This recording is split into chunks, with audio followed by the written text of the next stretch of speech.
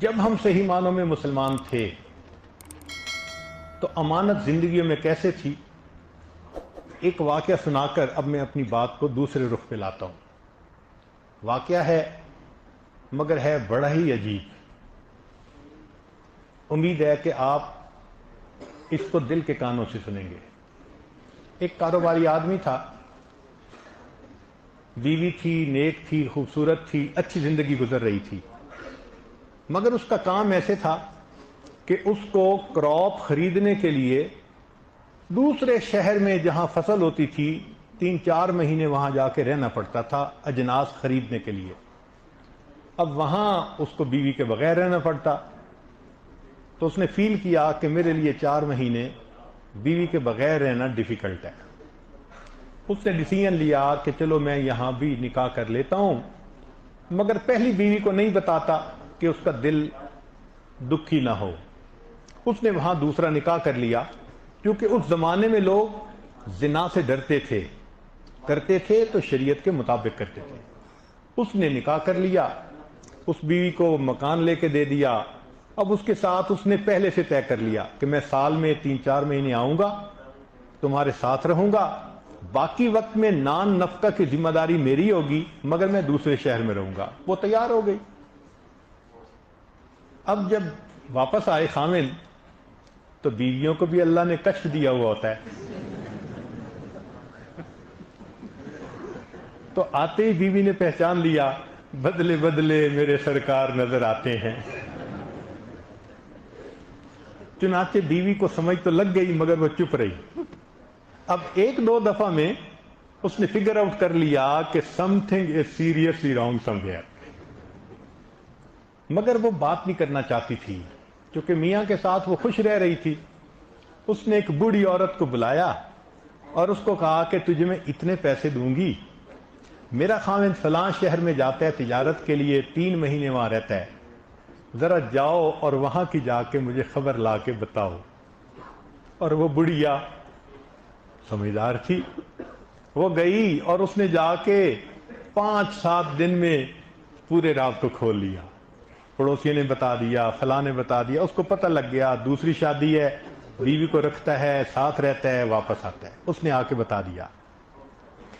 اب جب بیوی کو پتہ چلا تو اس کو دل پہ غم تو بہت ہوا، لیکن اس نے سوچا جب میرے ساتھ ٹھیک ہے، بچوں کے ساتھ ٹھیک ہے، خرچہ دیتا ہے، رہتا ہمارے ساتھ ہے، تو چلو اللہ کے حوالے۔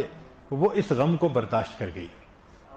اللہ کی شان کہ کچھ عرصے کے بعد خامند کی وفات ہو گئی۔ جب خامند کی وفات ہوئی تو وہ امیر سوداگر تھا، بہت امیر۔ اب اس کے مال کو تقسیم کیا گیا۔ جب تقسیم کیا گیا تو اس زمانے میں چاندی کے درہم دینار ہوتے تھے۔ اس عورت کا جو حصہ نکالا گیا وہ کہیں 4 بوریاں پیسے کی بھری ہوئی تھی، تو تقسیم کرنے والوں نے اس عورت کا حصہ اس کو پہنچا دیا کہ جی بیوی کا حصہ اتنا نکلا ہے، یہ آپ لے لیجئے۔ اب جب 4 بوریاں پیسے کی اس کے گھر پہنچی تو یہ گھر میں بیٹھ کے سوچنے لگی کہ جائیداد تقسیم کرنے والوں کو تو نہیں پتا، رشتہ داروں کو بھی نہیں پتا، میں نے تو تحقیق کروا لی تھی نا کہ اس کا نکاح ہے۔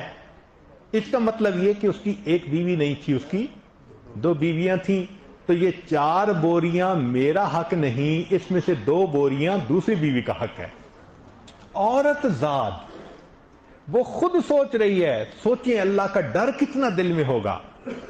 چنانچہ اسی بوڑھی عورت کو اس نے بلایا اور بلا کے کہا میں تجھے اتنے پیسے دوں گی، یہ 2 بوریاں پیسوں کی لے جا اور یہ جا کے اس عورت کو دے اور بتا کہ خامن تمہارا فوت ہو گیا۔ بڑھیا نے پیسے لیے اور وہ دوسرے شہر گئی اور اس عورت کو ملی اور اس کو بتایا کہ تمہارا خامن تو فوت ہو گیا۔ وہ بہت روئی، بہت روئی۔ پھر اس نے کہا کہ جی اس کی جو پہلی بیوی تھی اس کو 4 بوریاں حصے میں ملی تھیں اور اس نے 2 بوریاں تمہارے حصے کی تمہیں بھجوا دی ہیں، یہ وراثت میں تمہارا حق ہے۔ تو جب اس نے 2 بوریاں اس کو دیں تو وہ اور زیادہ روئی۔ اس نے کہا اتنا کیوں رو رہی ہو؟ اس نے کہا کہ یہ بوریاں میری طرف سے لے جاؤ اور اس پہلی بیوی کو واپس کر دو۔ اس نے کہا کیوں؟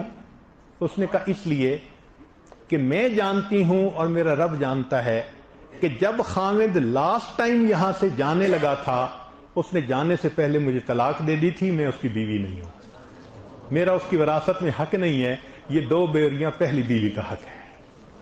اللہ اکبر کبیرہ۔ جب ہم صحیح معنوں میں مسلمان تھے، عورتیں مال کے بارے میں اتنا اللہ کا خوف کھاتی تھیں، آج کے دور میں تو مرد مال کے بارے میں اللہ کا خوف نہیں کرتے۔